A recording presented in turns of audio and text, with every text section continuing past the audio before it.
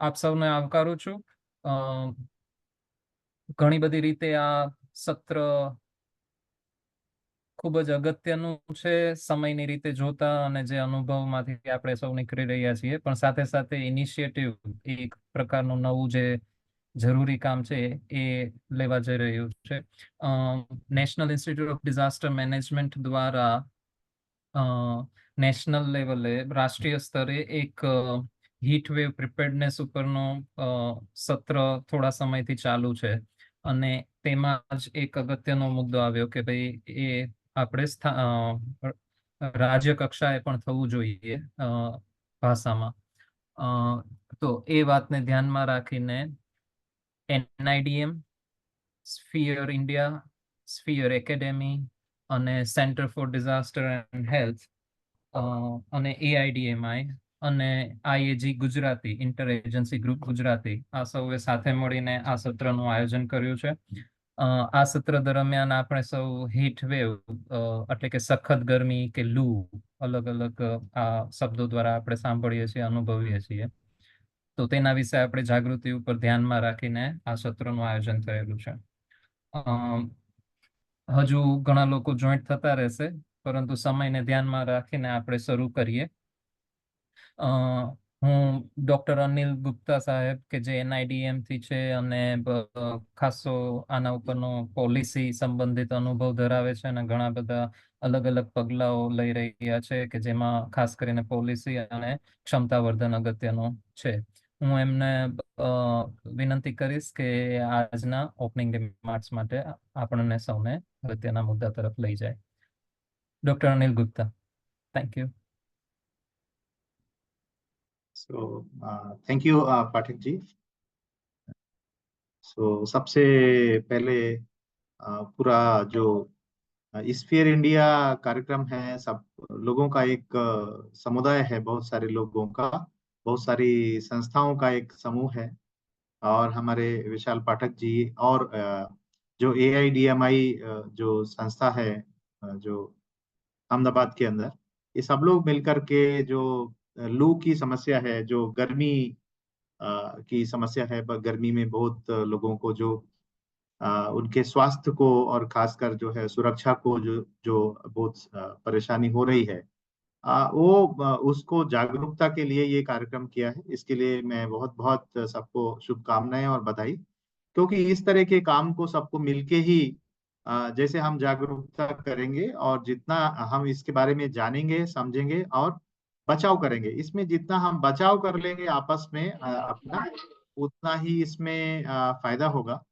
और बहुत खुशी की बात है कि हम क्षेत्रीय भाषा में हम कार्यक्रम ये शुरू कर रहे हैं. गुजराती में कार्यक्रम है, ताकि हमारे गुजराती भाई और जो इस तरीके से जो क्षेत्रीय लोग हैं, उस वो जो अंग्रेजी भी नहीं समझ सकते या दूसरी भाषा नहीं समझ सकते, वो भी इससे बात सुन करके इसको अपनी जागरूकता में कैसे हम बचेंगे, हम अपने खाने पीने में कैसे चीजों को ध्यान रखें, हम कपड़े में क्या ध्यान रखें, बाहर निकलना है तो कब निकलना चाहिए, कब नहीं निकलना चाहिए, क्या ध्यान रखें, हमको ऐसा कुछ गर्मी लग गया, लू लग गया तो हमको क्या करना है.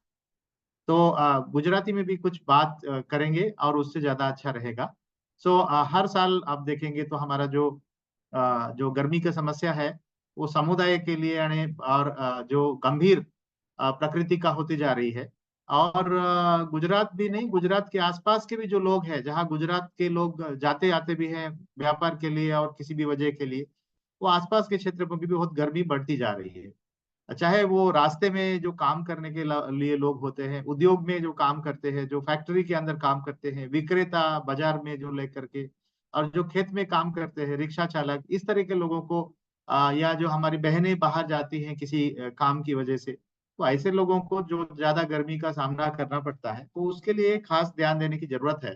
तो कैसे हम उनको बचाव करेंगे, इन चीजों को ध्यान के लिए आज चर्चा होगी, कि हम अपने जो उसमें जो आरोग्य है और जो सुरक्षित रहे, हमारा जो हेल्थ है वो गड़बड़ ना हो, किसी का जान को नुकसान ना हो. तो एक लोकल लेवल पे हम कैसे इसको सोचे. शहर के अंदर हम चाहे वार्ड लेवल पे भी कोई समिति बना के बात कर सकते हैं क्या, और पर्सनल लेवल पे हम क्या सोच सकते हैं. तो खाने के बारे में, जो खाना पीना है हमारा, कपड़ा के बारे में, पानी पीने कितना पीना चाहिए, कैसे पीना चाहिए और किस तरह से शरबत पीना है, कोई जूस पीना है, क्या पीना है, कैसे रहेगा और प्रकृति का हम कैसे संरक्षण कर सकते हैं ताकि जो पेड़ वगैरह थोड़ा और रहे तो कैसे हम बच सकते हैं। घर के अंदर भी क्या हम और बनाए जिस जहाँ पे हम रहने की व्यवस्था है तो उसको हम कैसे ठंडा रखेंगे, हरियाली और इन चीज़ों को। तो इन चीज़ों को लेकर के आज बात होगी और सामान्य तरीके से छोटा-छोटा प्रयास करके हम कैसे अपना खुद की सुरक्षा करेंगे, दूसरों की सुरक्षा करेंगे और इस जो ज्ञान है, जो बात है, उसको हम दूसरों तक पहुँचाएँगे। इसी को लेकर के आज का ये जो वर्कशॉप है, जो वेबिनार है, ये आयोजित किया है। तो मेरा बहुत शुभकामनाएँ पूरा स्फीयर इंडिया परिवार को, एनआईडीएम की तरफ से और एआईडीएमआई को और जितने भी संस्थाएँ, जितने भी लोग इससे जुड़े हुए हैं, उन सबको बहुत-बहुत शुभकामनाएँ कि ये कार्यक्रम की जो हम बात करें, वो दूर-दूर तक जाए और लोग इनसे लाभ लें, तभी ये कार्यक्रम का सफलता है। तो बहुत-बहुत शुभकामनाएँ और मैं इस कार्यक्रम को आगे सुनूँगा, इसमें जो गुजराती के अंदर चर्चा होगी और जो लोग गुजराती में सवाल भी पूछ सकते हैं और जवाब भी दे सकते हैं, तो आज का ये कार्यक्रम बहुत अच्छा होगा, ये मेरा पूरा विश्वास है। नमस्ते और आप कार्यक्रम आगे करें। ધન્યવાદ.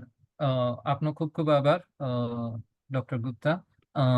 આપ સૌને વિનંતી છે કે આપ આપના પ્રશ્નો ચેટ બોક્સમાં પણ શેર કરજો. સાથે સાથે કઈ આપના તરફથી કમેન્ટ હોય, આપનું ઇન્ટ્રોડક્શન હોય એ પણ જરૂરથી આપજો.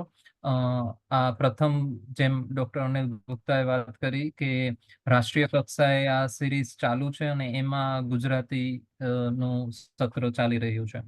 આપણે આગળ વધીએ.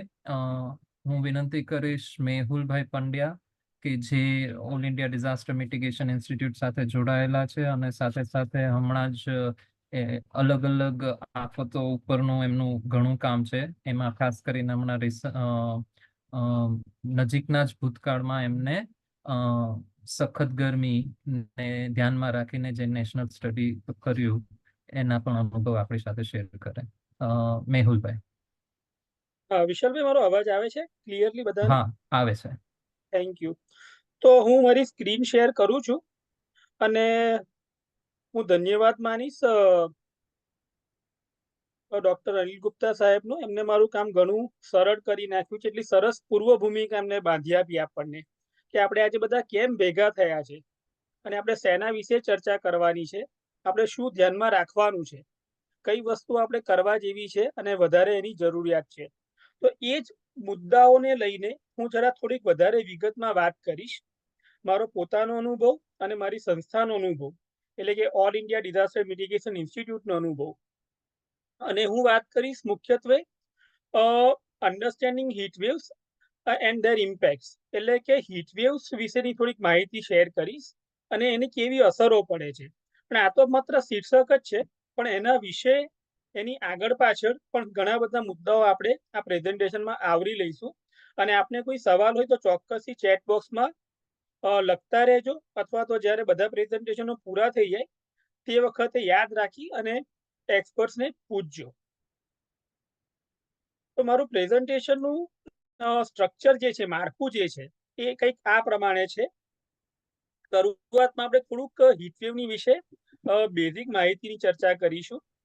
પછી ઇન્ડિયન મેટ્રોલોજીકલ ડિપાર્ટમેન્ટ એ હીટવેવને કેવી રીતના જુએ છે, કેવી રીતના ડિફાઇન કરે છે, કેવી રીતના અનાઉન્સ કરે છે, એની થોડીક માહિતી મેં મારા પ્રેઝન્ટેશનમાં રાખી છે. બીજું મેં રાખ્યું છે કે કેવા કેવા પ્રકારના ટ્રેન્ડ્સ અને સ્ટેટિસ્ટિક્સ બહાર આવી રહ્યા છે, કે દર વર્ષે હીટવેવના વધી રહ્યા છે, ઘટી રહ્યા છે, ટૂંકા થઈ રહ્યો છે, હીટવેવનો સમયગાળો લાંબો થઈ રહ્યો છે, શું થઈ રહ્યું છે ગ્લોબલી અને ભારત દેશમાં. તો એના થોડાક ફેક્ટ્સ અને ફિગર્સ હું લઈને આવ્યો છું. ત્યારબાદ આપણે વાત કરીશું કે હીટવેવ્સની કેવા કેવા પ્રકારની અસર પડે છે અલગ અલગ ક્ષેત્રો પર ઉપર અને અલગ અલગ સમુદાયના જૂથો પર કેવી કેવી અસર પડે છે એની થોડીક આપણે વાત કરીશું. અને ભારત દેશમાં કેવા લોકો વધારે અસુરક્ષિત છે અને કયા વિસ્તારો વધારે અસુરક્ષિત છે એની થોડી ઘણી આપણે વાત કરીશું. અને ત્યારબાદ આપણે આપણી સરકારશ્રી શું કરી રહી છે રાષ્ટ્રીય લેવલે, રાજ્ય કક્ષાએ શું થઈ રહ્યું છે અને ડિસ્ટ્રિક્ટ લેવલે, તાલુકા લેવલે શું કામગીરી થઈ રહી છે એની થોડી વાત કરીશું. અને એની અંદર આપણા જે સેવાભાવી સંસ્થાઓ જે છે, NGOs અને CSOs અને ઇવન ઇન્ટરનેશનલ એજન્સીસ પણ, તો એ લોકો પોતાનું યોગદાન કેવી રીતના આપી રહ્યા છે, તો એની પણ આપણે થોડી ઘણી વાત કરીશું. અને છેલ્લે અંતે આપણે 7 કે 8 રેકમેન્ડેશન્સની વાત કરીશું કે જે આપણે ધ્યાનમાં રાખવા જેવા છે. અને જો આપણે એ ધ્યાનમાં રાખીએ તો આપણા દેશમાં હીટવેવનું મેનેજમેન્ટ અને મિટિગેશન જે છે એ વધારે પ્રભાવશાળી બને અથવા થશે. તો આ મારું ઓવરઓલ માળખું છે પ્રેઝન્ટેશનનું. તો હું હવે મારી પ્રથમ સ્લાઇડની ઉપર જઈ રહ્યો છું. કે એક તો આપણે હીટવેવની ઉપર આજે ચર્ચા કરવા જે ભેગા થયા છે એનું કારણ શું છે મુખ્ય. તો એમાં સાયન્ટિફિક કમ્યુનિટી જે છે એ લોકો એવું કહે છે કે ફ્રીક્વન્સી જે છે હીટવેવ્સની એ દર વર્ષે વધી રહી છે. માત્ર ભારત દેશમાં જ નહીં પણ ઇવન સાઉથ એશિયામાં પણ, અને એ વધારે ને વધારે લોકોને અસર કરી રહ્યા છે હીટવેવ્સ. તો એક એ કારણ છે કે એના કારણે લોકોના મરણ પણ વધી રહ્યા છે નંબર્સ. ઓલ્ધો આપણે બહુ સારી રીતે હીટવેવના કારણે મરણ થાય છે એ આંકડા આપણે બહુ સારી રીતે કેપ્ચર નથી કરી શકતા હજી પણ ઘણા બધા લોકો એનાથી મરી પણ જાય છે. એટલે એક બહુ મોટું રિસ્ક છે કે ભાઈ ભૂકંપ આવે તો ભૂકંપના કારણે 20 વર્ષે કે 25 વર્ષે એક ભૂકંપ આવે ગુજરાતમાં, ઉદાહરણ આપું છું, તો એના કારણે મરે. અને હીટવેવની અંદર પણ દર વર્ષે મરે છે લોકો. એટલે આપણે એવું કહી શકાય કે હીટવેવને કારણે જે મરણ જે થાય છે એ કમ્પ્લીટલી એવોઇડેબલ છે. આપણે એ મરણને રોકી શકીએ એમ છે અને આપણે રોકવા જ જોઈએ. એટલે મારા પ્રેઝન્ટેશનનો જે મુખ્ય ઉદ્દેશ્ય જે છે અથવા તો ઓબ્જેક્ટિવ જે છે આજનો, એ પાર્ટિસિપન્ટને હીટવેવના કેવા કેવા જોખમો રહેલા છે એના વિશે ફેમિલિયરાઇઝ કરવાનો છે. અને હીટવેવની અસરો જુદા જુદા ક્ષેત્રો ઉપર અને જુદા જુદા લોકો ઉપર કેવી રીતના થાય છે એની થોડી વાત કરવાનો છે. અને છેલ્લે થોડી ઘણી સ્ટ્રેટેજીસ કે ગુડ પ્રેક્ટિસીસ જે જુદા જુદા NGOs કરી રહ્યા છે, લોકો પોતાની મેળે કરી રહ્યા છે અને સરકારશ્રી પણ કરી રહી છે, તો એ કેવા પગલાં અસરકારક રહે છે અને કેવા પગલાંની વધારે જરૂર છે એની હું વાત કરવાનો છું. હવે આપણે જઈએ ડિફાઇનિંગ હીટવેવ્સ. એટલે કે ઇન્ડિયન મેટ્રોલોજીકલ ડિપાર્ટમેન્ટ જે છે તો એ હીટવેવને કઈ રીતના ડિફાઇન કરે છે અને જાહેર કરે છે. તો એમાં તમે જોશો અને ઘણા બધાને તમારા લોકોમાંથી ખબર પણ હશે કે જે મેક્સિમમ ટેમ્પરેચર જે હોય એ 40 ડિગ્રીથી વધારે થાય પ્લેન એરિયામાં અને 30 ડિગ્રીથી વધારે હિલી એરિયાઝમાં, એટલે કે જ્યાં પર્વતો હોય, અને 37 ડિગ્રીથી વધારે કોસ્ટલ એરિયામાં હોય. તો એવી પરિસ્થિતિને ઇન્ડિયન મેટ્રોલોજીકલ ડિપાર્ટમેન્ટ જે છે એને હીટવેવ ડિફાઇન કરવો કે ના કરવો, અનાઉન્સ કરવો કે ના કરવો, એના ઉપર ધ્યાન રાખીને કામ કરે છે. અને એને નક્કી કરવા માટે બીજા 2 સબ ક્રાઇટેરિયા પણ રાખેલા છે એમને, કે એક તો ડિપાર્ચર ફ્રોમ નોર્મલ ટેમ્પરેચર, એ 4.5 થી 6.5 ની વચ્ચે જો હોય ડિગ્રી વધઘટ હોય, એટલે ફોર એક્ઝામ્પલ પ્લેન એરિયામાં 40 ડિગ્રી પ્લસ 4.5 to 6.5 વધે ડિગ્રી ટેમ્પરેચર વધી જાય તો એ લોકો એને હીટવેવ તરીકે જાહેર કરે છે. અને જો તાપમાન એના કરતા પણ વધી જાય, એટલે કે 6.4 ડિગ્રી સેલ્સિયસ સુધી વધી જાય, તો એને સિવિયર હીટવેવ તરીકે એમને જાહેર કરે છે. એટલે બીજો ક્રાઇટેરિયા એવો છે કે declared when the actual maximum temperature equal or greater than 45 degree, એટલે જો એનાથી વધી જાય અથવા એટલું હોય તો તરત જ એને હીટવેવ તરીકે ડિક્લેર કરવામાં આવે છે. અને સિવિયર હીટવેવ તરીકે ડિક્લેર કરે છે જ્યારે 47 ડિગ્રી કરતા વધારે તાપમાન થઈ જાય છે. એટલે આ એનો ક્રાઇટેરિયા છે અને એને આધારે હીટવેવ છે કે નહીં એની જાહેરાત કરવામાં આવે છે. અને ત્યારબાદ જુદા જુદા સરકારી અધિકારીઓ જે છે, જે ડિપાર્ટમેન્ટ જે છે, એ લોકો એને જાહેર કરે છે કે ભાઈ આજે ઓરેન્જ એલર્ટ છે, આજે રેડ એલર્ટ છે, આજે બહાર ના નીકળતા. તો એની એક પદ્ધતિ છે ભારત દેશમાં જે આપણે બધા ગવર્મેન્ટમાં ફોલો કરી રહ્યા છે. હવે થોડાક ટ્રેન્ડ્સ અને સ્ટેટિસ્ટિક્સ, એટલે છેલ્લા અમુક વર્ષોમાં, અમુક દાયકાઓમાં આપણે શું જોઈ રહ્યા છે, ઓબ્ઝર્વેશન્સ કયા રહ્યા છે, અને જે અલગ અલગ સંસ્થાઓ જે ડેટા કલેક્ટ કરે છે તે ડેટામાંથી શું બહાર આવી રહ્યું છે. તો એક તો બહુ ક્લિયર કટ એક વસ્તુ બહાર આવી રહી છે કે ભારત દેશનું જે એવરેજ તાપમાન જે છે એ ધીમે ધીમે કરીને વધી રહ્યું છે. અને એક એસ્ટિમેટ છે એ એવું કહે છે કે 21મી સદીના અંત સુધીમાં ભારત દેશનું તાપમાન જે છે એ 4.4 ડિગ્રી સેલ્સિયસ સુધી વધી શકે એમ છે, અને જો આ વધશે આટલું બધું તો આપણે ઘણી બધી મુશ્કેલીઓનો સામનો કરવો પડશે. બીજું ડેટા અને સ્ટેટિસ્ટિક્સ એવું પણ કહે છે કે જે પહેલા હીટવેવ્સ આવતા હતા એની ફ્રીક્વન્સી એટલે એનો નંબર જે છે એ બહુ એલાર્મિંગ નંબરની રીતે વધી રહ્યો છે, અને ખાસ કરીને નોર્થ વેસ્ટ પાર્ટ જે છે ઇન્ડિયાના ત્યાં આગળ હીટવેવની ફ્રીક્વન્સી વધી રહી છે. અને આપણે એ પણ જોયું છે કે એનું જે ડ્યુરેશન જે છે એ ડ્યુરેશન ધીમે ધીમે વધી રહ્યું છે. પહેલા જો કદાચ 2 દિવસનો હીટવેવ હતો તો હવે એ પીરિયડ થોડો થોડો વધતો રહ્યો છે, અને એ આપણે વધારે ને વધારે ચેલેન્જીસ આપણને લાવી રહ્યો છે એવું પણ સાયન્ટિસ્ટ કમ્યુનિટીનું કહેવું છે.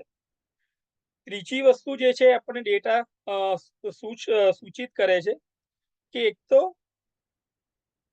ક્લાઇમેટ ચેન્જ જે થઈ રહ્યું છે એના કારણે હીટવેવની જે ઇમ્પેક્ટ જે છે એ વધવાની છે, અને વધારે ને વધારે ગહન અસરો આપણને જોવા મળશે. એ ખેતીના ક્ષેત્રે પણ આપણને જોવા મળશે, એ આપણને મેન્યુફેક્ચરિંગ ક્ષેત્રે પણ જોવા મળશે, હેલ્થના સેક્ટરમાં પણ જોવા પડશે, અને કોઈ પણ સેક્ટર એવું નહીં હોય કે જેને કારણે જેને પર હીટવેવની અસર ન પડતી હોય. એની પણ આપણે આગળ વાત કરવાના છે.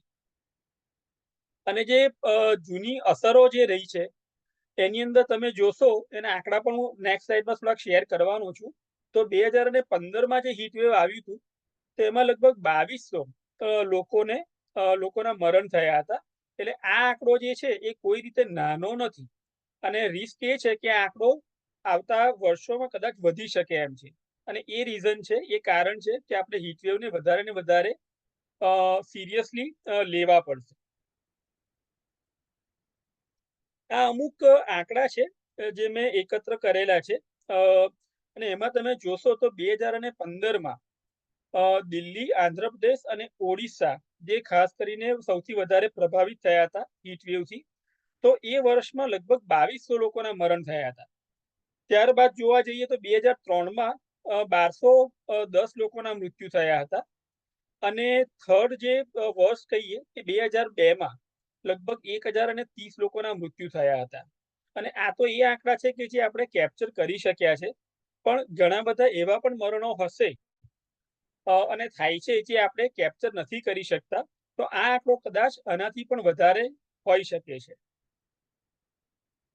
હવે આપણે અસરની વાત કરીએ કે હીટવેવ જ્યારે આવે છે તો એની કેવા કેવા પ્રકારની અસર પડે છે. ઘણી બધી અસર પડે છે, ઘણા બધા ક્ષેત્રો ઉપર પડે છે, પણ મેં મુખ્યત્વે 3 કે 4 ક્ષેત્રોને ધ્યાનમાં રાખી અને આ સ્લાઇડ બનાવી છે. એક તો પબ્લિક હેલ્થની ઉપર, એટલે કે તમારી ઉપર, મારી ઉપર અને આપણા પરિવાર ઉપર હીટવેવની અસર પડે છે. લોકોને હીટ એક્ઝર્શન થાય છે, એટલે બહુ થાકી જવાય છે, ઊંઘ પૂરી નથી થતી, ઘણા લોકોને હીટ સ્ટ્રોક લાગી જાય છે, શ્વાસ લેવામાં તકલીફ થાય છે, હૃદયના પ્રોબ્લેમ થાય છે. આ બધી વસ્તુ આપણે સમરના મંથમાં જોવા મળે છે, અને આના વિશે વધારે વિગતવાર વાત મારા નેક્સ્ટ પ્રેઝન્ટર કરવાના છે, તો એના ઉપર હું વધારે નથી વાત કરી રહ્યો. બીજું જે ક્ષેત્ર જે છે, લગભગ 70% લોકો જેની સાથે સંકળાયેલા છે ભારત જેવા દેશમાં, તે છે ખેતીનું ક્ષેત્ર. અને હીટવેવના કારણે જો તમે લોકો પૂછો તો કેવા કેવા પ્રશ્નો ઉદ્ભવે છે ખેડૂતોને, એનાથી પણ તમે બહુ સારી રીતે માહિતગાર હશો. પાણીની સમસ્યા નડે છે, ઇલેક્ટ્રિસિટીની સમસ્યા નડે છે, પાક બગડી જાય છે એની સમસ્યા નડે છે, ટ્રાન્સપોર્ટેશનમાં પ્રોબ્લેમ આવે છે, કોલ્ડ સ્ટોરેજનો પ્રોબ્લેમ આવે છે, અનાજ બગડી જાય છે. તો આ બધા સમસ્યાઓનો સામનો ખેડૂતોને કરવો પડે છે. લાઇવસ્ટોક એટલે કે જે પશુપાલન જે કરે છે એ લોકોને પણ બહુ મુખ્ય માઠી અસર પડે છે જ્યારે હીટવેવ લાંબો સમય ચાલે છે. તો આ બધી એની અસરો પડે છે. એવી જ રીતે આપણું ઇન્ફ્રાસ્ટ્રક્ચર એટલે જે ટ્રાન્સપોર્ટેશન સેક્ટર છે, જે રાજ્યો ભારત જેવા દેશમાં ટુરિઝમની ઉપર નભે છે એ લોકો ઉપર અસર પડે છે. આપણી બસોની ઉપર, બ્રિજીસની ઉપર, આપણી રેલવે લાઇન્સ, આ બધાને હીટવેવની એડવર્સ અફેક્ટ થાય છે. આ બધું ખોરવાઈ જાય છે. અને ચોથું સેક્ટર કે ક્ષેત્ર કે જે સૌથી અગત્યનું છે, જે છે રોજગારીનું અને આપણી ઇકોનોમીનું. એની અંદર કન્સ્ટ્રક્શન સેક્ટરને ખરાબ અસર પડે છે, એગ્રીકલ્ચર સેક્ટરને પડે છે. જે વર્કર્સ આઉટડોર એરિયાઝમાં કામ કરે છે એ લોકોને સૌથી વધારે અસર પડે છે.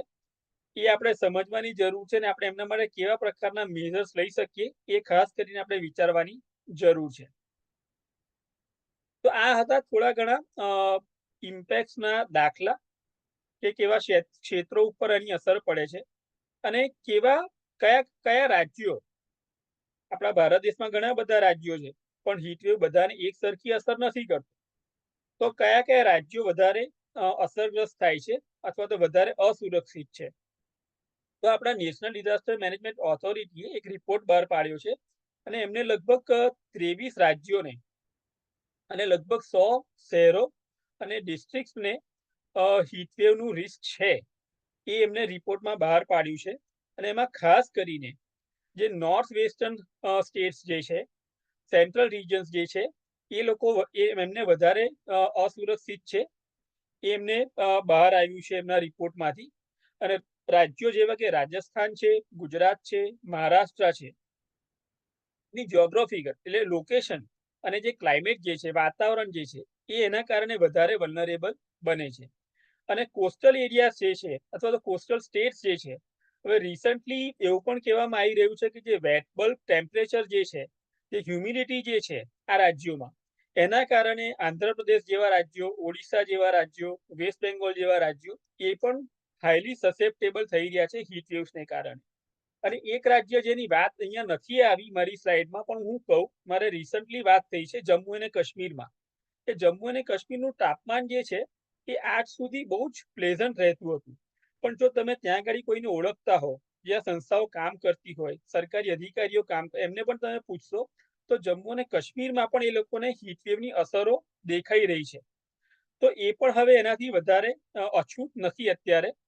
અને અર્બન એરિયાઝમાં જ્યાં સૌથી વધારે લોકોની ડેન્સલી પોપ્યુલેટેડ છે, જેવા કે દિલ્હી છે, ઉત્તર પ્રદેશના અમુક શહેરો છે, તો ત્યાં આગળ હીટવેવની અસર આપણને વધારે જોવા મળે છે કેમ કે લોકો વધારે છે, સાધન સંસાધન જે છે ઓછા પડે છે. તમે જો આજે જો ન્યૂઝ રિપોર્ટ જોયા હશે તો દિલ્હીના કેટલા વિસ્તારોમાં ટેન્કરથી પાણી પહોંચાડવામાં આવે છે અને એ પણ અત્યારે પૂરતું નથી પડતું. આજે આખો દિવસ મીડિયામાં એ જ ન્યૂઝ ચાલી રહ્યા છે. એટલે આપણા શહેરો અને ગરીબ વિસ્તારો કેટલા વલ્નરેબલ છે એ આ વસ્તુ બતાવે છે. હવે આપણે જોઈએ કયા ક્ષેત્રો કે કયા રાજ્યો વધારે વલ્નરેબલ છે. તો હવે એ પણ વાત કરીએ કે કયા જૂથો વધારે વલ્નરેબલ છે કે વધારે અસુરક્ષિત છે. જે લોકો ઘરડા છે, બાળકો છે સૌથી નાના, એ લોકો વધારે વલ્નરેબલ છે હીટ વેવ્સમાં, જેમ બીજા અનેક ડિઝાસ્ટરમાં વધારે વલ્નરેબલ છે. શહેરોની સરખામણીમાં ગ્રામીણ વિસ્તારના લોકો વધારે અસુરક્ષિત છે. એનું રીઝન એક એ છે કે આપણી હેલ્થકેર જે સિસ્ટમ જે છે એ શહેરોના લોકો તો રસ્તો કાઢી લે છે, શહેરોના લોકો તો એક્સેસ કરી લે છે, પણ ગામડાના લોકોની પાસે એટલી સરળતાથી આ સુવિધાઓ અવેલેબલ હોતી નથી અને એ એમને વધારે અસુરક્ષિત કે વલ્નરેબલ બનાવે છે. બીજું, ભાઈઓ અને બહેનોમાં જોઈએ તો બહેનો વધારે અસુરક્ષિત છે. એ પણ આપણે જોયું છે. એમને તો રસોડામાં એટલી બધી ગરમી હોય છે તે છતાંય રસોઈ તો બનાવવી જ પડે અને કોઈના રસોડામાં તો એર કન્ડિશનર કે કુલર હોતા નથી. જ્યારે આઉટડોર વર્કર્સ જે હોય છે એમાં પણ બહેનો, ખાસ કરીને પ્રેગ્નેન્ટ હોય, લેક્ટેટિંગ વિમેન હોય, એ લોકોને ખાસ તકલીફ પડે છે. પણ એનું પણ આપણે ત્યાં આગળ બહુ ધ્યાન રાખવામાં આવતું નથી અને આ બધા ફેક્ટર્સના કારણે એ લોકો વધારે અસુરક્ષિત કે વલ્નરેબલ બને છે. અને ગરીબ હાઉસહોલ્ડ કે ફેમિલીઝ, એમની પાસે તો ઘણી બધી સુવિધાઓની અગવડ હોય છે. એસી એમના પાસે ઇઝીલી અવેલેબલ નથી હોતા અથવા તો નથી થતા, કુલર્સ નથી હોતા. એ લોકો જે ઘરમાં રહે છે ગરીબ અને સ્લમ વિસ્તારમાં, તો વેન્ટિલેશનનો એક બહુ મોટો પ્રોબ્લેમ હોય છે. સ્લમ્સમાં તમે જોશો તો એટલા બધા ઝાડ પણ નથી હોતા અને એવા આઉટસ્કર્ટ્સ એરિયાઝમાં હોય છે કે એ લોકોને હીટવેવની અસર ખૂબ જ પડે છે. પાણીનો અભાવ હોય છે, શૌચાલયનો અભાવ હોય છે. આ બધે તકલીફોને કારણે એમના ઉપર હીટવેવની અસર વધારે પડે છે. હવે આપણે સરકારશ્રી શું કરી રહી છે એના થોડા દાખલા મેં કાઢ્યા છે કે સરકાર રાષ્ટ્રીય લેવલે શું કરી રહી છે, રાજ્ય કક્ષાએ શું કરી રહી છે. તો એક વસ્તુ એક છે કે આપણો જે અપ્રોચ જે છે, આપણી પાસે નેશનલ પોલિસી નથી ડેડિકેટેડ હીટવેવ્સની ઉપર કે આપણે હીટવેવ્સની ઉપર આ કામ કરવાના છે, આ સંસ્થાઓ કામ કરશે અને આ પ્રવૃત્તિઓ કરશે. પણ આપણો અપ્રોચ એવો રહ્યો છે નેશનલ લેવલ ઉપર કે આપણે હીટવેવને અલગ ડિઝાસ્ટર તરીકે ના જોઈએ, પણ હીટવેવને આપણે એક્ઝિસ્ટિંગ ડિઝાસ્ટર મેનેજમેન્ટનું જે આપણું સ્ટ્રક્ચર જે છે, જે માળખું જે છે, એમાં આપણે હીટવેવ રિસ્કને ઇન્ટિગ્રેટ કરીએ. એટલે એ ટાઈપનો આપણો અપ્રોચ આપણો ભારત દેશમાં અત્યારે છે. અને NDMA ગાઈડલાઈન પબ્લિશ કરી છે 2015માં. નેશનલ ડિઝાસ્ટર મેનેજમેન્ટ પ્લાન જે રિલીઝ થયો 2019માં, એની અંદર સ્પેસિફિક રોલ્સ અને રિસ્પોન્સિબિલિટીઝ મેન્શન કરવામાં આવી છે કે હીટવેવના સંદર્ભમાં કઈ એજન્સી શું કામ કરશે. National institute of disaster management જે છે, NIDM જે છે, ડોક્ટર નલિની ગુપ્તા જે રિપ્રેઝેન્ટ કરી રહ્યા છે, તો NIDM એના ઉપર રિસર્ચ કરે છે અને કેપેસિટી બિલ્ડિંગ એક્ટિવિટીઝ એના ઉપર પ્લાન કરે છે, ટ્રેનિંગ મોડ્યુલ્સ પણ બનાવે છે અને અવેરનેસ મટીરિયલ્સ પણ બનાવે છે. IMD જે છે એ પણ બહુ જ ઇમ્પોર્ટન્ટ સંસ્થા છે, કેમ કે હીટવેવનું મોનિટરિંગ અને ફોરકાસ્ટિંગ IMD કરે છે, જે મેસેજ રિલે કરે છે સ્ટેટ ડિઝાસ્ટર મેનેજમેન્ટ ઓથોરિટીઝને, ડિસ્ટ્રિક્ટ કલેક્ટર્સને, અને પછી આપણે તાલુકા લેવલે અને ઘર સુધી આપણા પહોંચે છે કે ભાઈ અત્યારે હીટવેવ આવવાનો છે, આપણે તૈયાર રહેવું જોઈએ.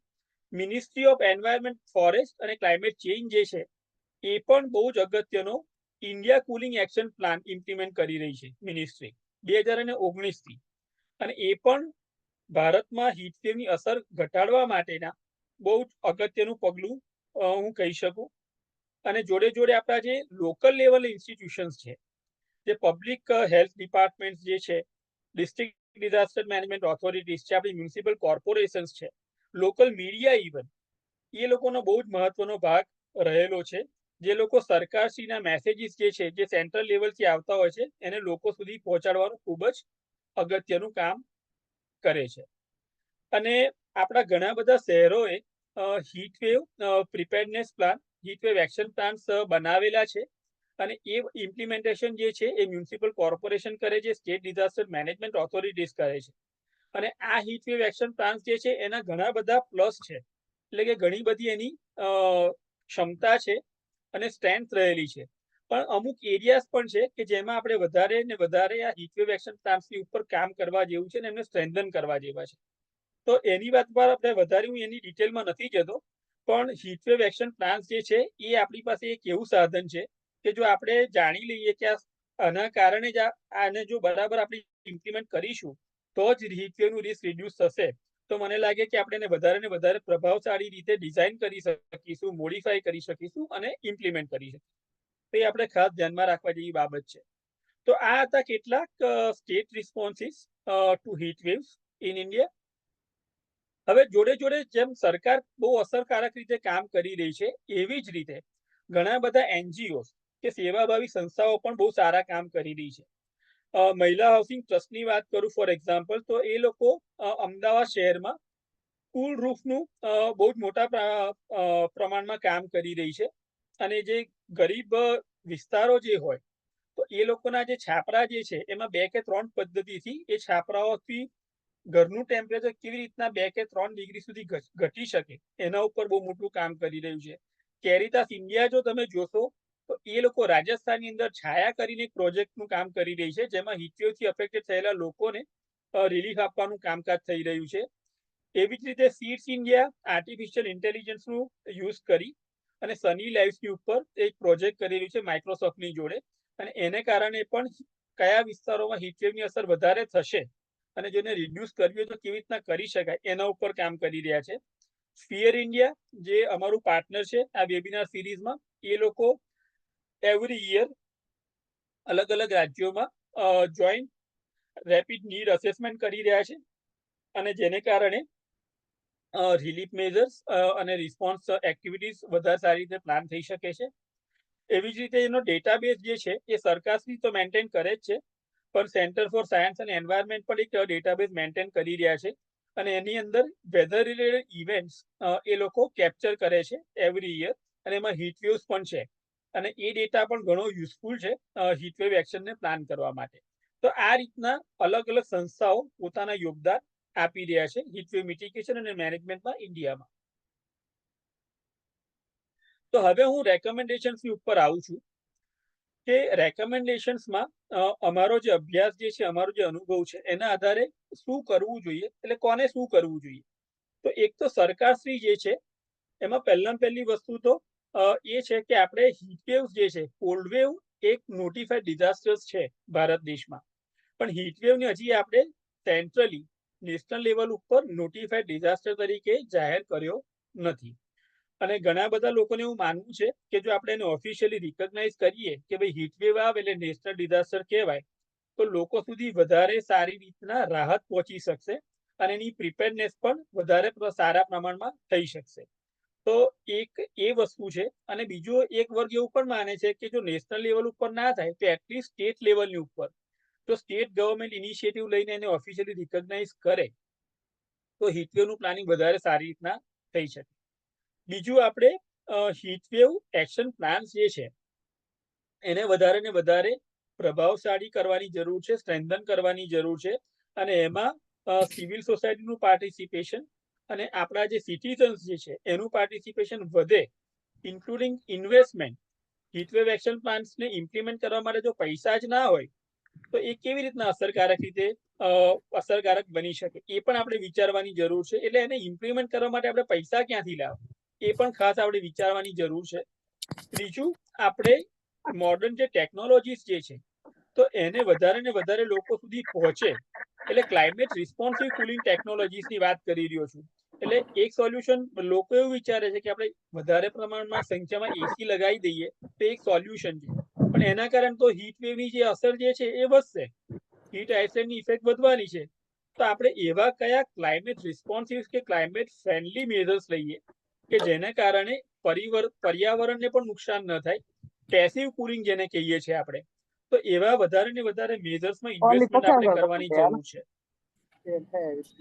ચોથું, આપણે ડિસિઝન મેકિંગ જે છે એ આપણું ડેટા ડ્રીવન કરવાની બહુ જરૂર છે ભારત દેશમાં, કારણ કે આપણી પાસે હીટવેવનો જે ટાઈમ સિરીઝ ડેટા જે કહેવાય એ મેન્ટેન કરવાની બહુ જરૂર છે. એની અંદર એનું એનાલિસિસ કરીને આપણે શું પગલાં લેવા જોઈએ એ કરવાની બહુ જરૂર છે. હીટવેવથી કેટલા લોકોને અસર થાય છે એ આપણે પ્રોપરલી કેપ્ચર નથી કરી શકતા. હીટવેવની ડેથ્સ એ આપણે રિપોર્ટ થાય છે મીડિયાની અંદર, તો મીડિયાની અંદર જે રિપોર્ટ થાય છે અને ઓફિશિયલ ડેટા આપણો જે હોય છે એ બંનેમાં કોન્ફ્લિક્ટ થાય છે ઓલવેઝ. કંઈક ડેટા જુદું કહે છે અને ઓફિશિયલ ડેટા કંઈક જુદું કહે છે, મીડિયા રિપોર્ટ કંઈક જુદું કહે છે. તો આપણે કઈ રીતના એ ડેટાને વધુ સારી રીતે કેપ્ચર કરીએ ડિસિઝન મેકિંગ માટે, એ એક આપણા માટે ચેલેન્જ છે અને એના ઉપર કામ કરવું જોઈએ. હવે જે યુએન એજન્સીસ જે છે અને ડોનર્સ જે છે તો એ લોકોએ શું કરવું જોઈએ? તો એક તો વધારે ને વધારે યુએન એજન્સીસ અને ડોનર્સે રિસર્ચ અને ઇનોવેશનમાં ઇન્વેસ્ટમેન્ટ કરવાની બહુ જરૂર છે અને ટેકનોલોજી ડેવલપ કરવાની બહુ જરૂર છે. અને એનું રીઝન એ છે કે આપણે ત્યાં કરી જે કુલિંગ ટેકનોલોજીસ જે છે એ એફોર્ડેબલ નથી એટલી બધી, દરેક લોકો એને એફોર્ડ નથી કરી શકતા. તો આપણે એવા કયા ઇનોવેશન્સ કરીએ કે જેના કારણે વધારે ને વધારે લોકોને એફોર્ડેબલ બને. બીજું, આપણે એ પણ શોધવાની જરૂર છે કે કેવી રીતના આપણે હીટ એક્શન પ્લાન્સ જે છે એને ઇમ્પ્લિમેન્ટ વધુ સારી રીતે કરી શકીએ અને એની અંદર આપણે કઈ રીતના યુએન અને ડોનર્સ પાર્ટિસિપેટ કરી શકીએ. તો એ ડોનર્સ અને યુએનએ વિચારવાની જરૂર છે. 7મા નંબરનું રેકમેન્ડેશન જે છે એ વધારે ને વધારે લોકોને આ હીટવેવ મિટિગેશન અને મેનેજમેન્ટની એક્ટિવિટીઝ જે છે એમાં જોડવાનું છે. આજે આપણે જે વેબિનાર કરી રહ્યા છે એ પણ એનો એક ભાગ જ છે, પણ વધારે ને વધારે લોકો જ્યારે આ વિષયની ઉપર ચર્ચા કરશે, વિચારણા કરશે અને સોલ્યુશન્સ લાવશે તો મને લાગે છે કે વધારે ને વધારે અસરકારક એનું મેનેજમેન્ટ કે નિવારણ થઈ શકે. અને છેલ્લી સ્લાઇડ મારી કે સેવાભાવી સંસ્થાઓએ અને પ્રાઇવેટ સેક્ટરે એટલે ઉદ્યોગોએ કેવા પ્રકારના કામકાજ કરવા જેવા છે. તેમાં સૌથી પહેલું તો એક તો ગરીબને અફોર્ડેબલ હોય એ અને પર્યાવરણને નુકસાન ના કરે એવા સોલ્યુશન્સ અને ટેકનોલોજીની અંદર ઇન્વેસ્ટમેન્ટ કરવું ખૂબ જરૂરી છે. બીજું તો કે પાયલટ પ્રોજેક્ટ જે છે એ વધારે ને વધારે પાયલટ પ્રોજેક્ટ જે છે એ પર્યાવરણને ધ્યાનમાં રાખીને ઇમ્પ્લિમેન્ટ થવા જોઈએ. વધારે ને વધારે ગ્રીન સ્પેસીસ આપણે ક્રિએટ કરવાની જરૂર છે. કુલ રૂફ પ્રોગ્રામ્સ આપણે કરવાની જરૂર છે. બિલ્ડિંગ ડિઝાઇન્સ માં એડપ્ટેશનની જરૂર છે. આપણે ટ્રેડિશનલી જે મટીરિયલ્સ વાપરતા હતા એ વધારે હીટ રેઝિલિયન્ટ હતા, તો એનો કેવી રીતના આપણે મોડર્ન ડિઝાઇનમાં યુઝ કરી શકીએ એ કરવાની જરૂર છે. અને વધારે ને વધારે આપણે પાયલટ પ્રોજેક્ટ કરવાની જરૂર છે જેનાથી આપણે જાણી શકીએ, ખબર પડે કે કયા સોલ્યુશન્સ છે એ વધારે અસરકારક છે. અને છેલ્લું સજેશન જે છે કે રેકમેન્ડેશન જે છે એ આપણે વધારે ને વધારે લોકો સુધી પબ્લિક અવેરનેસને લઈ જઈ શકીએ એની ખૂબ જરૂર છે. અને એના માટે આપણે સ્કૂલ્સને વધારે રીચ આઉટ કરવાની જરૂર છે.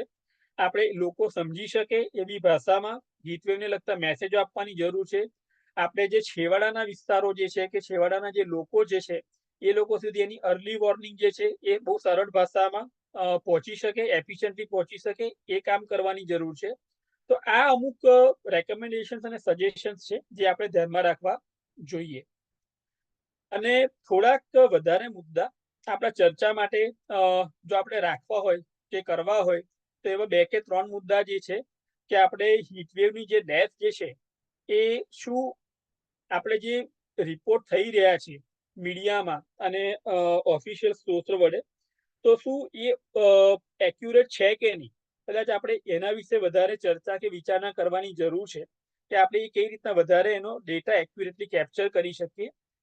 બીજું તો આપણે હીટવેવ્સ એટલા બધા આવે છે, બીજા બધા સાયક્લોન આવે છે ફોર એક્ઝામ્પલ, તો એને આપણે નામ આપીએ છીએ કે ભાઈ સાયક્લોન લૈલા કે સાયક્લોન નરગીસ ફોર એક્ઝામ્પલ, પણ હીટવેવને આપણે નામ નથી આપતા. આપણે ખાલી હીટવેવ આવવાનું છે એ રીતના જાહેરાત થાય છે. તો અમુક લોકો એવું પણ વિચારે છે કે જો આપણે એને નામ આપીએ કે ભાઈ આ મહિનાના હીટવેવને આપણે આ નામથી ઓળખીશું તો કદાચ વધારે ને વધારે લોકો સુધી એની અવેરનેસ બહુ સરળતાથી પહોંચી શકશે, એવું અમુક લોકો વિચારતા હોય છે. અને અમુક લોકોને એવું પણ માનવું છે કે હીટવેવના કારણે ગરીબ લોકો જે છે એમની રોજગારી ઉપર, ધંધા ઉપર બહુ અસર પડે છે. તો જે Mahatma Gandhi national rural employment guarantee scheme જે છે એની અંદર આપણે અમુક ઇનોવેશન કે પરિવર્તન કરવા જોઈએ કે જેના કારણે એવા અઘરા સમયમાં પણ એ લોકોને કંઈક સપોર્ટ મળી રહે, થોડું રોજગારીનું સાધન મળી રહે, થોડીક આવક થાય, અને એ લોકો જ્યાં પણ કામ કરે ત્યાં આગળ પાણીની વ્યવસ્થા હોય, શેડિંગની વ્યવસ્થા હોય, એ લોકોને આરામ કરવાની જગ્યા હોય, તો એ ટાઈપના કામ પણ કરવાની ખૂબ જરૂરિયાત છે. તો આ 3 એડિશનલ મુદ્દા મને લાગ્યું તમારી સાથે શેર કરવા જોઈએ એટલે મેં મૂક્યા હતા. તો વિશાલભાઈ, છે મારી પાસે સમય કે હું કન્ક્લુડ કરી દઉં? હા, જો ઝડપથી 1-8 મિનિટમાં કરી શકો છો. શ્યોર. તો કન્ક્લુઝનમાં મેં જે કીધું એ જ છે, એમાં કંઈ નવું નથી. પણ મને લાગે છે કે હીટવેવને આપણે એવું માનીએ છીએ, અને મેં ઘણા બધા ઇન્ટરવ્યુઝ કર્યા છે નેશનલ લેવલ ઉપર, ઘણા બધા એક્સપર્ટની સાથે મેં ઇન્ટરવ્યુઝ કર્યા છે. તો ઘણા બધા લોકો એવું કહે છે કે આપણે ત્યાં આગળ મુશ્કેલી કે તકલીફ શું છે ખબર છે મેહુલભાઈ, કે ગરમી જે છે ને, લોકો એવું માને છે કે ટ્રેડિશનલી વર્ષોથી આપણા બાપ દાદા પણ ગરમી સહન કરતા હતા, અને આપણે ભારત દેશ જે છે એ હોટ જ છે પહેલેથી, એટલે ગરમી આપણા માટે કશું નવું નથી. પણ લોકો એવું નથી માની રહ્યા અથવા માનવા તૈયાર નથી કે ભાઈ એ પહેલા જે પરિસ્થિતિ હતી અને અત્યારની જે પરિસ્થિતિ જે છે એમાં બહુ મોટો ફરક આવી રહ્યો છે. ધીમે ધીમે આપણું એવરેજ ટેમ્પરેચર જે છે વધી રહ્યું છે, પણ લોકો એ રિયલાઇઝ કરી રહ્યા નથી. એટલે લોકો એ રિયલાઇઝ નહીં કરે ત્યાં સુધી આપણે એના સામે પગલાં નહીં લઈ શકીએ. એટલે એ માનવું બહુ જરૂરી છે કે ભાઈ ખરેખર તાપમાન જે છે એ વધી રહ્યું છે અને આવતા વર્ષોમાં એ હજી વધવાનું છે, અને એ વધારે ને વધારે ખરાબમાં ખરાબ એના પરિણામો આપણને ભોગવવા પડશે. જો આપણે એટલું માનતા થઈશું, સ્વીકારતા થઈશું, તો જ એના વિશે આપણે અસરકારક પગલાઓ લઈ શકીશું. બસ મારે આટલું જ કહેવાનું હતું. થેન્ક યુ, ધન્યવાદ. મેહુલભાઈ, આપનો આભાર.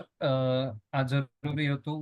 આપણામાંથી ઘણા બધા જાણે છે કે હીટ વેવ શું છે, પણ એને સાયન્ટિફિક પોઈન્ટ ઓફ વ્યૂ થી શું, ક્યારે એનાઉન્સ થાય છે, એની અસર શું થાય છે એ વિશે આપણા ઘણા બધાને એના વિશે ખ્યાલ છે, પરંતુ એની સામે શું પગલાં લેવામાં આવ્યા છે ગવર્મેન્ટ, સરકાર દ્વારા, બેન સરકારી સંસ્થાઓ દ્વારા, તો એ આપના જે અલગ અલગ નિષ્ણાંતો સાથેની વાતચીતને આમાં મૂકવા બદલ આપનો ખૂબ ખૂબ આભાર.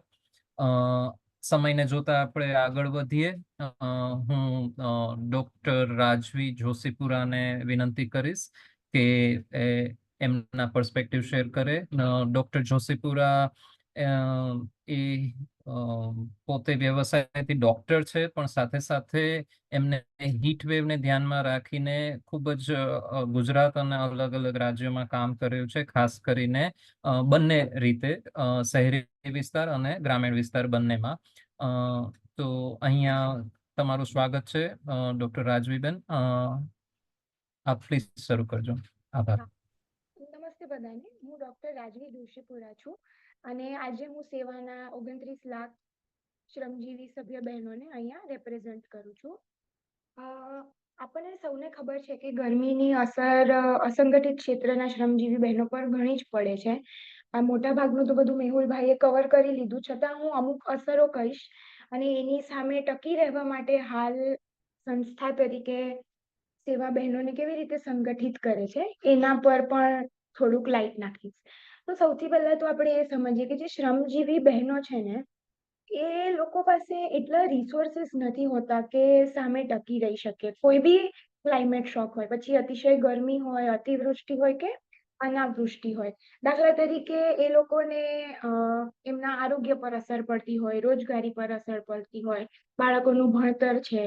એટલું જ નહીં, અમુક વખતે તો ખાધા ખોરાકી પર પણ નુકસાન જતું હોય છે. દાખલા તરીકે આપણે સૌથી પહેલા શરૂ કરીએ કે રોજગારી પર તો શું અસર પડે, તો સૌથી પહેલા તો એ લોકોની કામ કરવાની જે ક્ષમતા છે એ જ ઘટી જતી હોય છે. હમણાં એઆઈડીએમઆઈ સાથે રહીને આપણે એક અભ્યાસ હાથ ધર્યો હતો સેવાએ, તો એમાં એવું બહાર આવ્યું કે જે 90% લોકો છે એમને માઠી અસર થાય છે અતિશય ગરમીને લીધે, અને એમાં પણ 70% જેટલા લોકોએ એમ કીધું છે કે મોટા ભાગની અસર અમારી કામ કરવાની ક્ષમતા ઓછી થઈ જવાને લીધે થતી હોય છે. આ ઉપરાંત એ લોકોને માંદગીને લીધે જે વધારાના ખર્ચા થાય છે કે કામ કરવાના જે કલાક ઘટી જાય છે એને લીધે થાય છે. હવે માથોડા કામદાર છે તો એ લોકો જ્યારે ગરમીમાં કામ કરતા હોય ત્યારે સીધા સૂર્યપ્રકાશની નીચે જ કામ કરતા હોય છે. ઉપરાંત એ લોકોના જે સાધન છે એ ગરમ થઈ જતા હોય છે, એને અડવાનું, છતાં એની સાથે કામ કરવાનું અને સતત કામ કરવાનું, બ્રેક પણ ના મળે કે ભાઈ એ લોકોને એમ થાય કે થોડાક સમય માટે અમે જઈને ઝાડ નીચે બેસીએ કે છાંયે બેસીએ, તો એ જેટલી બી મિનિટ એમની કપાશે એની સામે એમના પૈસા બી એટલા જ કપાશે. એટલે એ લોકો બ્રેક લીધા વગર સતત કામ કરતા હોય. એવી જ રીતે વેચનાર બહેનોનું છે કે ભાઈ તડકામાં, દાખલા તરીકે અહીંયા અમદાવાદમાં ભદ્ર માર્કેટના જ આપણે વેચનાર બહેનો લઈ લઈએ, તો એ લોકો તડકામાં કામ કરતા હોય તો એમનો જે સામાન છે એ ખરાબ થઈ જતો હોય, અથવા તો જે શાકભાજી ફળ લાવ્યા છે એ ખરાબ થઈ જતા હોય. ઉપરાંત જે તોરણ કેવું છે એનો કલર ઉતરી જતો હોય. આટલું જ નહીં કે હવે જો પીક હીટ સિઝન હોય તો એમાં જે કલાક એમના વકરી ના હોય, એમાં એવું બની શકે કે બહુ ગરમીને કારણે એ દિવસે કસ્ટમર જ ન આવે, તો એ લોકો એ દિવસનું હાથું બી ક્યાંથી કાઢે. અને એટલું જ નહીં કે આ બધા જે માર્કેટ છે, શહેરી વિસ્તાર છે, એમાં તો એ લોકોને બે બાજુથી માર પડે છે કે ભાઈ ઉપરથી બી ગરમી પડતી હોય અને નીચે જે જમીન હોય એને બી અમુક જાતની ગરમી પોતામાં સંઘરી રાખી હોય. એટલે જેમ જેમ દિવસ ચડતો જાય, દિવસ ઉતરતો જાય, એમ ગરમી બહાર આવે એટલે એમને બમણો માર પડે. એવી જ રીતે ઘર ખાતા કામદાર છે તો એ લોકોના જે મશીનથી ગરમી ઉત્પન્ન થાય, એ લોકોના ઘર કાચા છે તો જે ટીનના છાપરા છે એ ગરમ થઈ જાય. હવે આવામાં એમણે કામ કરવું જ પડે. એટલે ઘણી બધી વાર સભ્યો એમ કહેતા હોય છે કે બેન અમે શું કહીએ કે અમારે અમુક વખતે નક્કી કરવું પડે છે કે અમે આટલી ગરમીમાં કામ કરીને માંદા પડવું પોસાશે કે અમે જો એક દિવસનું મહેનતાણું જવા દેશું તો સાંજ પણ અમારા છોકરાઓએ ભૂખ્યા સૂવું પડશે. આટલું જ નહીં, અમુક બહેનો તો એવું બી કે આપણે જોઈએ છે કે ગરમીની અસર માનસિક સ્વાસ્થ્ય પર થાય, તો હવે આપણે વિચારશું કે એવું કેમ, તો કે એ લોકોની રોજગારીને અસર થાય છે. એ લોકોએ બાળકોનું ધ્યાન રાખવાનું હોય, હવે ના ધ્યાન રાખી શકે તો એમની જરૂરિયાત પૂરી કરવા માટે પૈસા ક્યાંથી આવે, કારણ કે ગરમીને લીધે કામ જ નથી કરી શકતા. જે જમવાનું કામ ઉપર લઈ ગયા હતા એ બગડી ગયું છે તો એ ખાઈ કેવી રીતે શકે. પછી અમુક બહેનોએ એમ કીધું કે એ લોકોએ કીધું અમારે હમણાં તમાકુ ખાવાનું પ્રમાણ વધી ગયું છે. તો સ્વાભાવિક વસ્તુ છે, ડોક્ટર તરીકે આપણે એમને પૂછીએ કે કેમ બેન, કેમ એવું કહો છો? એટલે કે બેન અમારી પાસે 2 ટંક અમે પૂરતું જમી શકીએ કે પૂરતું સામાન લઈ શકીએ એટલા બી પૈસા નથી. હવે ભૂખ તો લાગે એટલે અમે તમાકુ ચાવીએ જેથી કરીને અમારી ભૂખ દબાઈ જાય. તો હવે આની સામે આપણી પાસે કોઈ જવાબ જ નથી કે આપણે શું જવાબ આપીએ. પછી 2-3 કેસ એવા થયા કે ભાઈ માથોડા કામદાર હતા, એ બિલ્ડિંગ પર કામ કરતા હતા, હવે ગરમીને લીધે બીમાર પડ્યા, ચક્કર આવ્યા અને નીચે પડી ગયા. આટલું જ નહીં, પછી જે બહેનો છે એમને પૂછે કે તમારા આરોગ્યને શું અસર થાય છે, તો એમ કહેશે કે બેન ચક્કર આવે છે, ઝાડા ઉલટી થઈ જાય છે, હીટ સ્ટ્રોક એટલે કે લૂ લાગી જાય છે, એને કારણે અમારે દવાખાને જવું પડે છે. હવે અમે સરકારી દવાખાને જઈએ તો અમુક ટ્રીટમેન્ટનો ભાવ થાય ને અમે પ્રાઇવેટમાં જઈએ તો એક સાથે જો બોટલ ચડાવવાનો હોય તો 5 થી 10 હજારનો તો ખર્ચો થઈ જ જાય. હવે અમુક વખતે તો એવું બને કે બેન અમારી મહિનાની આવક જ આટલી ના હોય તો અમે પૈસા ક્યાંથી કાઢીએ. પછી જે મીઠા કામદાર બહેનો છે એ લોકો ધૂમ તડકે રણની વચ્ચે કામ કરતા હોય છે. બધા જે સાધનો હોય એનાથી મીઠું ખેડવાનું, પકવવાનું અને આપવાનું. એ લોકો એમ કે બેન અમને ખબર જ નથી કે અમે ચા પીએ છીએ કે પાણી પીએ છીએ, બે વચ્ચેનો તફાવત જ કેમ થાય. એટલું ગરમ પાણી હોય છે.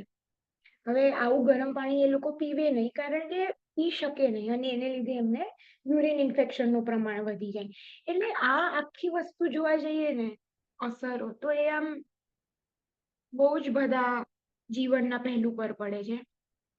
છેલ્લું રહ્યું તું એનર્જી, તો કે એના પર બી તો કે ભાઈ બિલનો ખર્ચો વધી ગયો કારણ કે ઠંડક રાખવા કે તમે બેસી શકો કે તમે શાંતિથી કામ કરી શકો એવી કન્ડિશન જાળવી રાખવા માટે પણ તમારે વીજળીનો વપરાશ વધી જાય.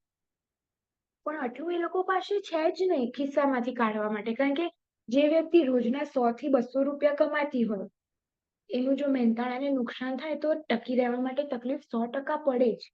હવે આવા પડકારો સામે બહેનોને મદદ કરવા માટે આરોગ્યને અનુલક્ષીને આપણે અમુક કામ હાથ ધર્યા છે. જેમ કે સૌથી પહેલા તો ટેલિમેડિસિનની સર્વિસ ચાલુ કરી છે, જેથી કરીને બહેનોએ કે જે શ્રમજીવી સભ્યો છે એમણે ટ્રાવેલ ના કરવું પડે, ઘરની બહાર અથવા તો કામના સ્થળેથી જ આપણને ડોક્ટર સાથે ફોન કરીને એ લોકો સલાહ મેળવી શકે. આ એક વસ્તુ છે. પછી બીજું તો કે રણમાં ને એવી રીતે આપણે પાણીની સિમેન્ટની ટાંકી આપી છે, જેથી કરીને એ લોકો ત્યાં પાણી સ્ટોર કરી શકે ને જરૂર પ્રમાણે વાપરી શકે.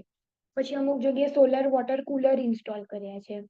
પછી આપણે વાત કરીએ એવી રીતે કે એનર્જી ઉપર અસર પડે છે ને જેને કારણે એમના મહેનતાણા ઓછા થઈ જાય છે. એટલે રિન્યુએબલ એનર્જી જેને આપણે કહીએ કે ભાઈ સૌર શક્તિથી જે બધું કરી શકે કે સોલર બત્તી છે, સોલર પંખા છે, EESL કિટ છે, સોલર પેનલ છે, આ બધું વાપરવા માટે આપણે એમને પ્રેરિત કરીએ છીએ. ઉપરાંત ઓલ્ટરનેટિવ લાઇવલીહુડ જેને કહીએ છીએ, એટલે કે આવકનો બીજો સ્ત્રોત ઉભા કરવા માટે એ લોકોનું સશક્તિકરણ કરીને એમને તાલીમો આપીએ છીએ કે ભાઈ ચલો આજે ગરમીને કારણે તમે માથોડા કામદાર તરીકે બહાર ના જઈ શક્યા, પણ એ જ દિવસે તમે ઘરે રહીને ભરત ગૂંથણ કરશો કે કોઈ નાની સૂની એમ્બ્રોઇડરી કરશો તો તમને મદદ રહેશે. અથવા તો આપણે એમના ઘરે બાયોગેસ પ્લાન્ટ ઇન્સ્ટોલ કરવામાં મદદ કરીએ, જેથી કરીને ચાલો તમે એ બાયોગેસમાંથી જો વધારે પડતું જનરેટ થતું હોય તો આજુબાજુના સભ્યોને તમે વેચી શકો ને એમાંથી તમારી આવક ઊભી થઈ શકે.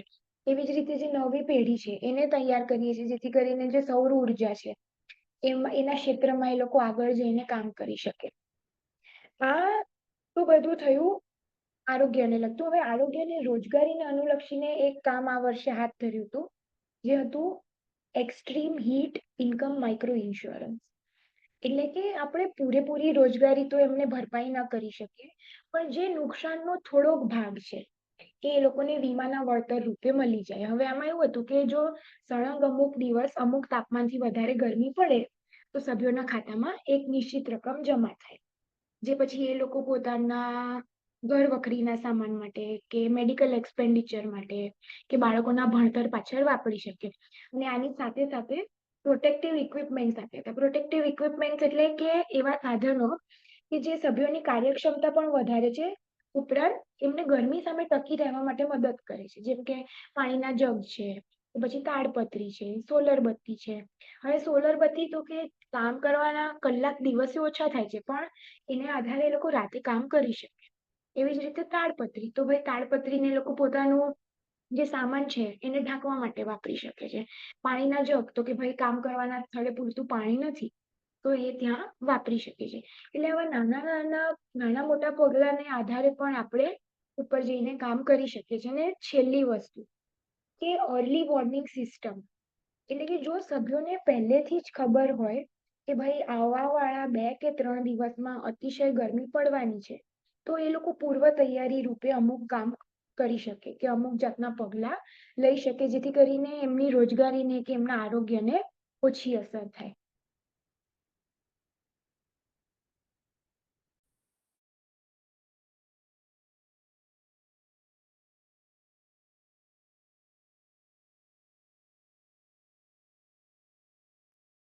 વિશાલભાઈ, મેહુલભાઈ, કોઈના કોઈ પ્રશ્નો હશે? હા વિશાલભાઈ, આર યુ ધેર? હા, આપણે પ્રશ્નો અંતમાં લઈએ. આપનું પૂરું થઈ ગયું છે કે? ના, મારે થઈ ગયું.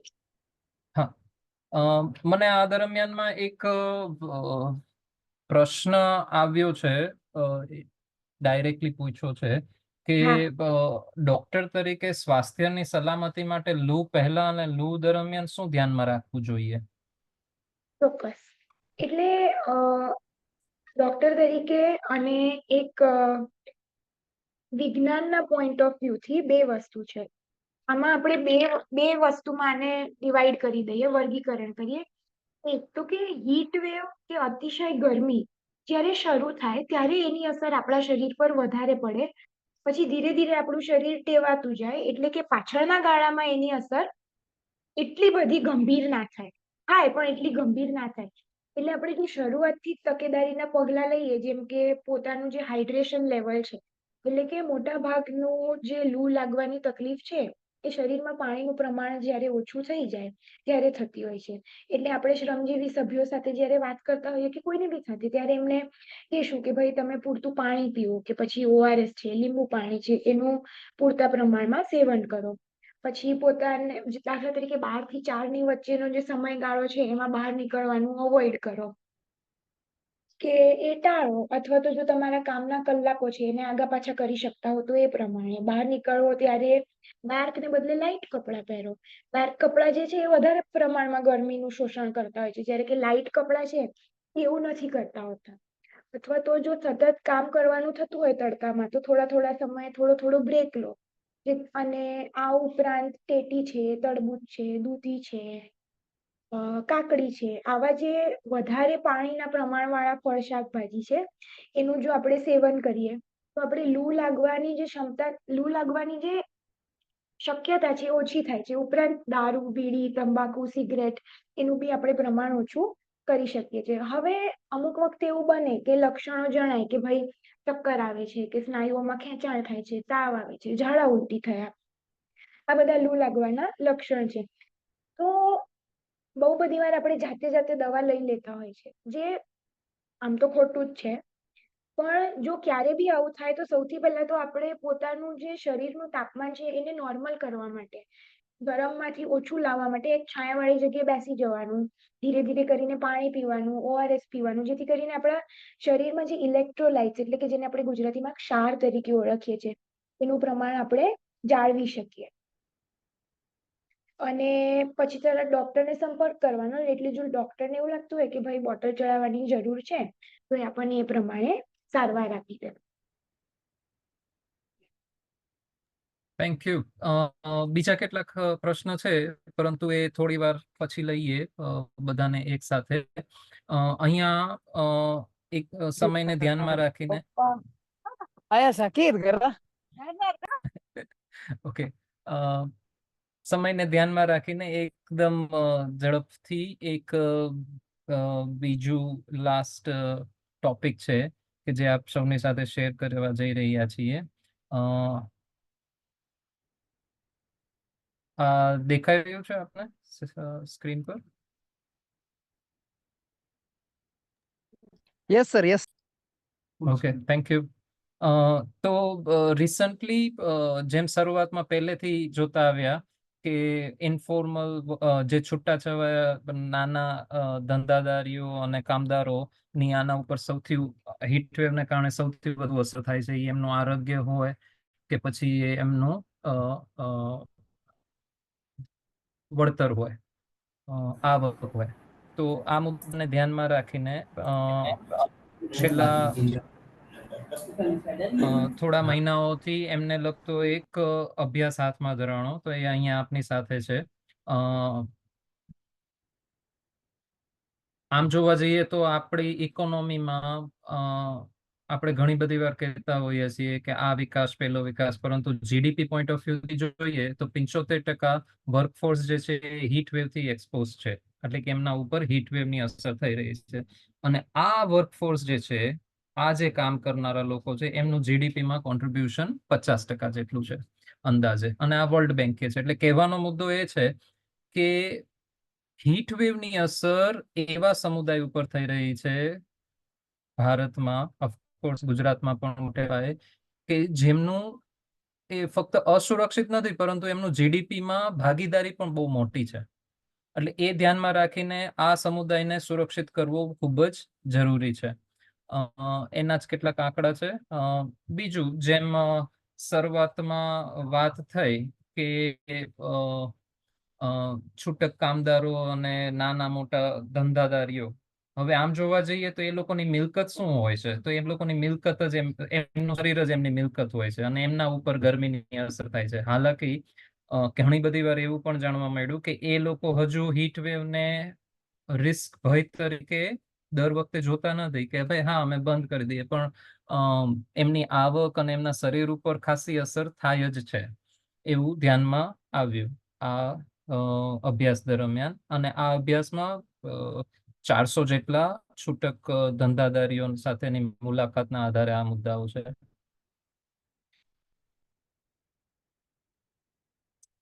પણ એ લોકો પણ બેઠા નથી રહ્યા, એમને પણ અમુક અમુક મુદ્દાઓ, અમુક અમુક પગલાઓ લીધેલા છે, અમુક અમુક એડપ્ટેશન કરેલા છે, અમુક અમુક નિવારણ મિટિગેશન કરેલું છે.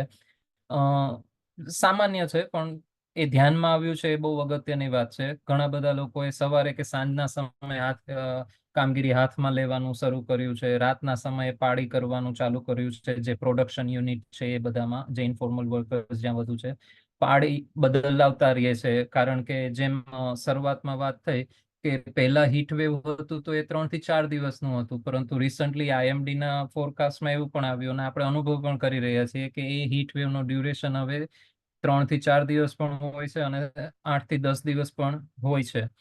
તો એ વાતને ધ્યાનમાં રાખીને ઘણી બધી જગ્યાએ પાળી બદલાવતા રહેવાના પણ, કામ વહેંચી લેવાના પણ સ્ટ્રેટેજી, અભિગમ શરૂ કરવામાં આવ્યા છે.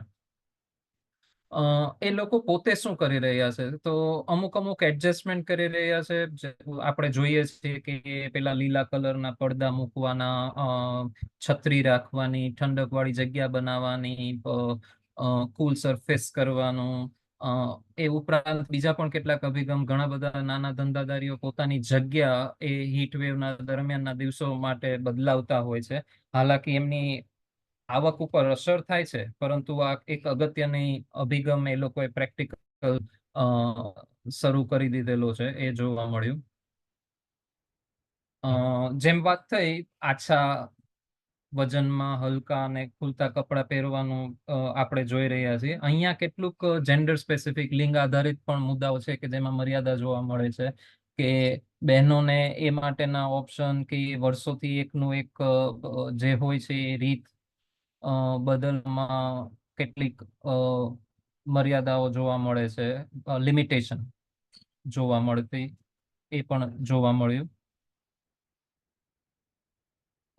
જેમ વાત થઈ એવી રીતે ઘણા બધા ટ્રેડિશનલ કુલિંગ પ્રેક્ટિસીસ પણ એ જોવા મળી. એ પછી નારિયેળનું પાણી, છાસ, લીંબુ પાણી, એ બધાનું સેવન કરી દીધું જ્યાં જ્યાં પોસિબલ હોય ત્યાં. અધરવાઇઝ હવે તો એ પાણીની બોટલને ઠંડક મળે એવા કવર સાથે એ લોકો પોતે જાતે જ બનાવીને પાણી પીવાનું તો કરી જ દેતા હોય છે. તો આ પણ એક અભિગમ જોવા મળ્યો ઘણા બધામાં.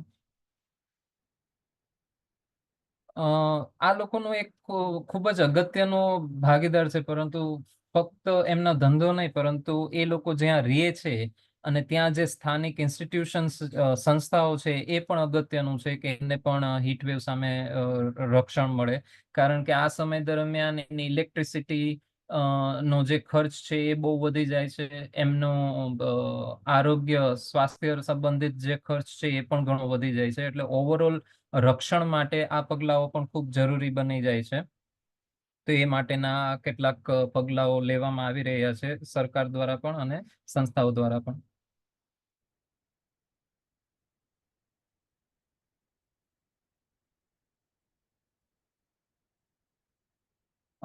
ચેટ બોક્સમાં અમુક સાહિત્ય પણ મૂક્યું છે, જેમાં NIDM તરફથી જે ગાઈડલાઈન બનાવવામાં આવી છે, action plan heat action plan બનાવવા માટે. પછી GIDM દ્વારા એક મોડ્યુલ, વર્ચ્યુઅલ મોડ્યુલ તૈયાર કરવામાં આવ્યું છે. તો એ પણ મૂકેલું છે. આપ સૌ કઈ રીતે કઈ જગ્યાએ અંદર સંકળાયેલા છો એ ધ્યાનમાં રાખીને પ્લીઝ આનો ઉપયોગ કરવો. સાથે સાથે આને લગતા આમાં કઈ રીતે ઇન્વોલ્વ થવું, કારણ કે અત્યારે એક મોટી અગત્યની પગલા શરૂ થયા છે કે જો આપણી પાસે હીટવેવ એક્શન પ્લાન નથી તો એ કઈ રીતે બને, અને જો એ હોય તો એ કઈ રીતે એમાં બદલાવ કરી શકાય. કારણ કે પહેલા એ 3 થી 4 દિવસ અને હવે 8 થી 10 દિવસની તૈયારી, તો એ પણ ઘણું બધું માંગી લે છે. ઘણા બધા અનુકૂલન એટલે કે એડપ્ટેશન ની ડિમાન્ડ આવતી હોય છે, જરૂરિયાત ઊભી થતી હોય છે. તો એને અહીંયા અલગ અલગ વિભાગમાં વહેંચવામાં આવ્યું છે કે ટેકનોલોજી પોઈન્ટ ઓફ વ્યૂ થી શું આવે છે, green infrastructure point of view થી શું આવે છે, physical infrastructure point of view થી માહિતીને લગતી શું ડિમાન્ડ આવે છે. તો આ અલગ અલગ સ્તરે બધામાં આપણે હીટ વેવને અંદર લેવું જરૂરી છે, જ્યાં જ્યાં આપણે પોતે ઇન્વોલ્વ થયેલા છીએ. તો આ મુદ્દાઓ પણ બહાર આવ્યા હતા એ સમય દરમિયાન. Thank you. આપમાં કોઈના પ્રશ્નો હોય તો એ ચેટ બોક્સમાં લખજો, પણ અત્યારે સમયને ધ્યાનમાં રાખીને આપણે ઓપન કરીએ. એક મુદ્દો એ આવે છે, મેહુલભાઈ, રાજવીબેન, ડોક્ટર અનિલ, કે પાણી સિવાય બીજું કયું પીણું પી શકાય જે દિવસ દરમિયાન લાંબા સમય સુધી લૂથી બચાવી શકે? મને લાગે વિશાલભાઈ એ પ્રશ્નનો જવાબ રાજીવબેને ઓલરેડી આપ્યો છે.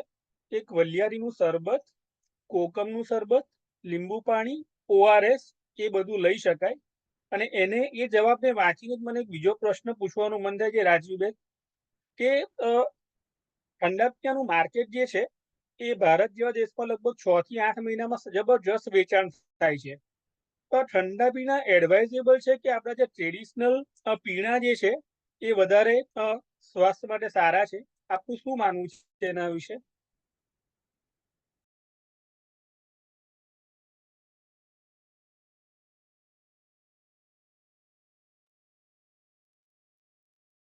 વિશાલભાઈ, રાજીવબેન છે કે ગયા? રાજવીબેન,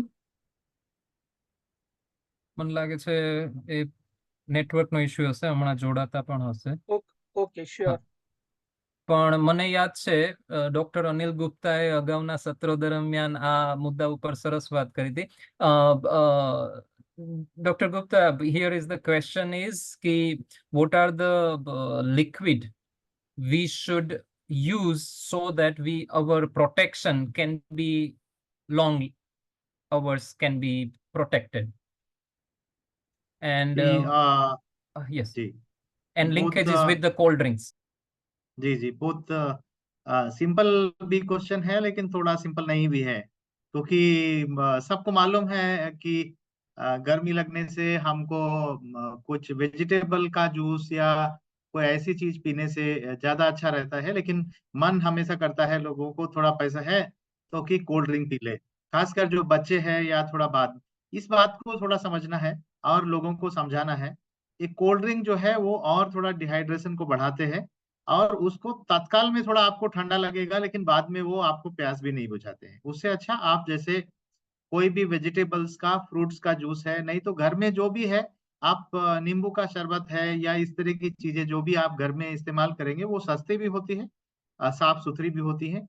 इस तरह की चीजें आपको ज्यादा अच्छी रहेंगी। जैसे कई बार बेल का शरबत भी, गुजरात में भी कई जगह पे बेल मिल जाता है, जिसको बेल पत्र अपन पूजा में भी चढ़ाते हैं। उसका जो फल होता है कड़ा सा होता है, उसका जो शरबत है वो भी अच्छा होता है, तो ठंडा करता है। तो इस तरह की चीजें हम देखेंगे, और हमारे लोग, आसपास के लोग जानते हैं, तो उस ज्ञान को लेकर के हम करें। और उसके साथ कुछ लोग सत्तू का भी इस्तेमाल करते हैं, सत्तू में कुछ शहद मिला करके और इस तरह से शरबत बनाते हैं।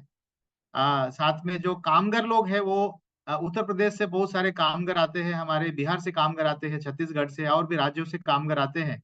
और हमारे यहाँ बहुत कामगर हैं जो गुजरात के भी भाग्य में बहुत सारे क्षेत्रों में काम करते हैं, और वो उनके पास छोटे घर होते हैं, तो कैसे वो गर्मी में रहते हैं।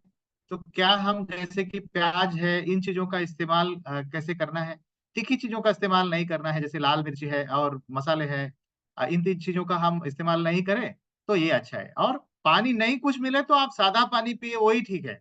और एकदम ठंडा पानी नहीं मिला तो आप हल्का गर्म ही हो गया पानी, लेकिन पानी पीना है वो जरूरी है। उबलता पानी नहीं, लेकिन पानी पीना है शरीर को। ये नहीं करना ठंडा नहीं मिला हम पिएंगे नहीं, पानी पीना है, अपने को तर रखना है। और कुछ नहीं हो गया तो अगर कहीं ऐसी जगह पे है तो अपना कपड़े को ही थोड़ा थोड़ा हल्का पानी छिड़क लिए, थोड़ा सा भीग जाएगा, जब उसमें थोड़ा हवा लगेगी तो वो ठंडा महसूस करता है। तो हल्का सा कोई गीला रुमाल करके अपना सर में लगाएंगे, तो ये चीजों से करके हम थोड़ा सा अपने आप को बच सकते हैं। जी जी। तो मैंने थोड़ा जवाब देने का प्रयास किया, और भी सदस्य इसमें थोड़ा और जोड़ सकते हैं। વેરી जी સુટેબલ, થેન્ક યુ. મને યાદ આવે છે કે 2021માં કે 22માં એજ્યુકેશન ડિપાર્ટમેન્ટે, મિનિસ્ટ્રીએ સ્કૂલે શું પ્રિકોશન્સ લેવા જોઈએ એ ઉપર ની ગાઈડલાઈન આપી હતી, અને જેને ગુજરાતી ભાષામાં ટ્રાન્સલેટ કરીને અહીંયા વેબ લિંકમાં ચેટ બોક્સમાં મૂક્યું છે. કારણ કે એક પ્રશ્ન સરસ છે કે શિક્ષકો તથા બાળકો માટે શું એવા કયા પગલાં લઈ શકાય. અને અહીંયા બાળકો એટલે ફક્ત અસુરક્ષિત સમુદાય તરીકે નહીં, પરંતુ આમ જોવા જઈએ તો બાળકો દ્વારા પેરેન્ટ્સ પણ ઘણી બધી વાર સારી રીતે અવેર થતા હોય છે. તો એ એક્સચેન્જ લર્નિંગ જે છે એ પણ અગત્યનો ભાગ ભજવે છે. મેહુલભાઈ, આ વિશે તમે કંઈ જણાવશો પ્લીઝ? ચોક્કસ વિશાલભાઈ, સ્કૂલ ના શિક્ષકો, બાળકો, એડમિનિસ્ટ્રેટર્સ એ લોકોએ શું પગલાં લેવા જોઈએ હીટવેવમાં, એવો એક સવાલ ચેટ બોક્સમાં મૂકવામાં આવ્યો છે. તો સૌથી પહેલી વસ્તુ કે એક તો આપણને એઝ અ શિક્ષક હું હોઉં તો મને એ ખબર હોવી જોઈએ કે હું જે વર્ગખંડમાં ભણાવું છું એનું તાપમાન કેટલું છે. એટલે જેને આપણે કહીએ ને કે થર્મલ કમ્ફર્ટ છે કે નહીં. એ જો થર્મલ કમ્ફર્ટ ન હોય તો એના માટે મારે વેન્ટિલેશન થાય એવી વ્યવસ્થા કરવી જોઈએ, વધારે ફેન મુકાય એવી વ્યવસ્થા કરવી જોઈએ. ડાયરેક્ટ સનલાઇટ આવતી હોય તો એને પ્રોટેક્ટ કરવાની, જેમ વિશાલભાઈ વાત કીધું કે આપણે પડદા મૂકી અને પાણીનો છંટકાવ કરીને કુલર જેવી વ્યવસ્થા ઊભી કરીને એનું ટેમ્પરેચર એક તો ડાઉન લાવવું જોઈએ. સૌથી પહેલું તો એ કરવું જોઈએ, જેનાથી શિક્ષકને ભણાવવામાં સરળતા પડે અને બાળકોને બેસીને ભણવામાં રસ પડે. બીજું આપણે વધારે ને વધારે આપણે એવું કરવા જેવું છે કે સ્કૂલોમાં આપણે જોઈએ છે, જેમ આપણે કોવિડમાં પણ જોયું હતું કે હેન્ડ વોશિંગ કરવાનું બધી જ ગાઈડલાઇન્સમાં હોય કે ભાઈ હેન્ડ વોશ કરવા જોઈએ, પણ હેન્ડ વોશના સ્ટેશન્સ જે હોય એ આખી શાળામાં 2 કે 3 જ હોય. એટલે જે હાથ ધોવાના પાણીના નળો.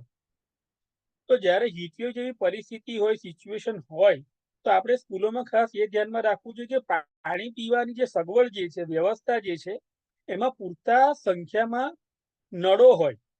એટલે એક સાથે 10 બાળકોને પાણી પીવું હોય તે લોકો પી શકે. આપણે એક જ કુલર હોય છે અને એક જ ચકલી હોય છે જેમાં ઠંડુ પાણી આવતું હોય, બાકીમાં તો હોતું જ નથી. એટલે આપણે શું કરવાની જરૂર છે કે વધારે ને વધારે બાળકોને પાણી તરત મળી શકે, વધારે વેટ ના કરવી પડે, તેની સગવડ કે સુવિધા ઊભી કરવાની જરૂરિયાત છે. અને એ વિશાલભાઈ અને એની ટીમ અમદાવાદ શહેરમાં અત્યારે કરી પણ રહ્યા છે. બીજું આપણે કરવા જેવું છે, મને લાગે છે કે આપણે ક્લીન એનર્જીનો ઉપયોગ કરવાની વધારે જરૂર છે, કે જેના કારણે આપણે ઇલેક્ટ્રિસિટીની ઉપર ડિપેન્ડન્ટ ના રહીએ. અને ઉનાળામાં તો લાઇટો અવારનવાર જતી જ હોય છે, અને ભણાવવાનો પીરિયડ ચાલતો હોય ને એમાં પણ લાઇટો જતી રહેતી હોય છે. તો આપણી પાસે બીજો પણ એક ઓપ્શન હોય રિન્યુએબલ એનર્જીનો, તો આપણે એ પણ એનો યુઝ કરી શકીએ છીએ. અને બીજું આપણે, મને લાગે છે કે આજુબાજુમાં ઝાડ વાવવાની બહુ જરૂર છે. એક ઝાડ, અમને મેસેજ આવ્યો હતો કે એક ઝાડ એક એસી નું કામ કરે છે. તો તમારે બને તો આજુબાજુમાં ગ્રીનરી વધારવી જોઈએ, જેને કારણે શાળામાં ઠંડક રહેશે. બીજું, આપણે હીટવેવ લાગી જાય તો એને ઓળખવું કેવી રીતના, શિક્ષકોને ટ્રેનિંગ જ ના મળી હોય, આપણા સ્ટાફ જે હોય એને ખબર ના હોય, અને જો એ ખબર હોય કે ભાઈ એને લાગ્યું છે, ખબર પડી ગઈ, પણ હવે ખબર પડી ગઈ તો એમાં કરવાનું શું, એને ફર્સ્ટ એડ ટ્રીટમેન્ટ કેવી રીતના આપવાની. તો ખાસ કરીને શિક્ષકોએ, પ્રિન્સિપલે ધ્યાન રાખીને એને લગતી ફર્સ્ટ એડની ટ્રેનિંગ લેવી જોઈએ. આપણી શાળાઓમાં ફર્સ્ટ એડ કીટો પણ નથી હોતી, ફર્સ્ટ એડની કીટ હોવી જોઈએ, એમાં ORS ના પેકેજીસ હોવા જોઈએ. એ બધી સગવડો આપણે તૈયાર રાખવી જોઈએ. અને બીજું, સૌથી છેલ્લું મારે એ પણ કેવું છે, ધ્યાન દોરવું છે કે એક સ્કૂલોની પણ જવાબદારી છે કે જ્યારે હીટવેવનો પીરિયડ આવે ત્યારે એ લોકોએ શાળાનો જે કાર્યક્રમ જે છે એમાં ફેરફાર લાવવો જોઈએ. સખત ગરમી હોય બપોરના સમયનો પીરિયડ ના રાખવા જોઈએ કે જેમાં બાળકોની અવર જવર થતી હોય કે બાળકોને લેવા આવે કે બાળકોને ઘરે ટાઈમે જવાનું હોય, તો ફ્લેક્સિબલ ટાઈમિંગ રાખવા જોઈએ. અને જ્યારે પણ એમને માહિતી મળે સરકારશ્રી તરફથી કે ભાઈ હીટવેવ છે, યલો એલર્ટ છે, ઓરેન્જ એલર્ટ છે, ગ્રીન એલર્ટ છે, રેડ એલર્ટ છે, તો એમને પોતાના શાળાના વોટ્સઅપ ગ્રુપ્સનો ઉપયોગ કરવો જોઈએ, ઈમેલનો ઉપયોગ કરવો જોઈએ કે બીજું જે પણ માધ્યમ તમે વાપરતા હોય તો એનાથી તમે બાળકોને માહિતગાર કરો. બાળકોને લેવા આવતા મૂકવા જતા વેન આવતી હોય છે, ઘણા બધા બાળકોને લેવા મૂકવા રિક્ષાઓ ચાલતી હોય છે આપણે ત્યાં આગળ, તો એ લોકોને પણ માહિતગાર કરવા જોઈએ કે ભાઈ સ્કૂલનો સમયમાં ફેરફાર કરવામાં આવેલો છે એટલે ભૂલથી લઈ ના આવે, કારણ કે સ્કૂલનો ટાઈમ અલગ છે તો એ વેન વાળાને ખબર નથી એટલે વેન વાળો લઈને આવી ગયો, તો એ બાળકોને વધારે અસુરક્ષિત બનાવશે.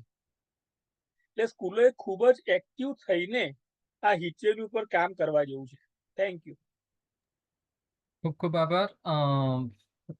હું હન્ના જીને રિક્વેસ્ટ કરીશ કે એ લાસ્ટ વોટ ઓફ થેન્ક્સ માટે આવે, પણ એ પહેલા ખાસ થેન્ક યુ સ્પેશિયલી જે પાર્ટિસિપન્ટ્સ કે જે જોડાણા, રામજી, ઝુબર શેખ, પ્રજાપતિ, ફૈઝલ, રાઠોડ, ગોપાલજી, હાર્દિકભાઈ, આપ સૌનો ખૂબ ખૂબ આભાર. Over to Hannah. Thank you so much, Vishal sir. It was a wonderful session. So ये सेशन मॉडरेट करने के लिए बहुत बहुत धन्यवाद, और सभी स्पीकर्स, अनिल सर आपने हमारे साथ रहने और आपका प्रस्तावित भाषण के लिए, एंड मेहुल सर और डॉक्टर राजवी को उनके शानदार सेशन के लिए शुक्रिया. तो मुझे विश्वास है कि ये सभी के लिए बहुत जानकारी भरा था, और मैं सभी पार्टिसिपेंट्स का भी धन्यवाद देना चाहूंगा और ये सेशन में शामिल होने के लिए. तो जैसे आप सभी जानते हैं, हम एक सीरीज के सेशन कर रही है. सो हमारे अगले सेशन मंडे को राजस्थानी भाषा में होगा. तो आपका डिटेल्स हम मेल में भेजूंगा, और फिर से आपको आप सभी के सहयोग के लिए धन्यवाद. Thank you so much everyone. Thank you, ma'am. Thank you so much. Thank you everyone. Thank you all. Thank you. Thank you, sir. Thank you.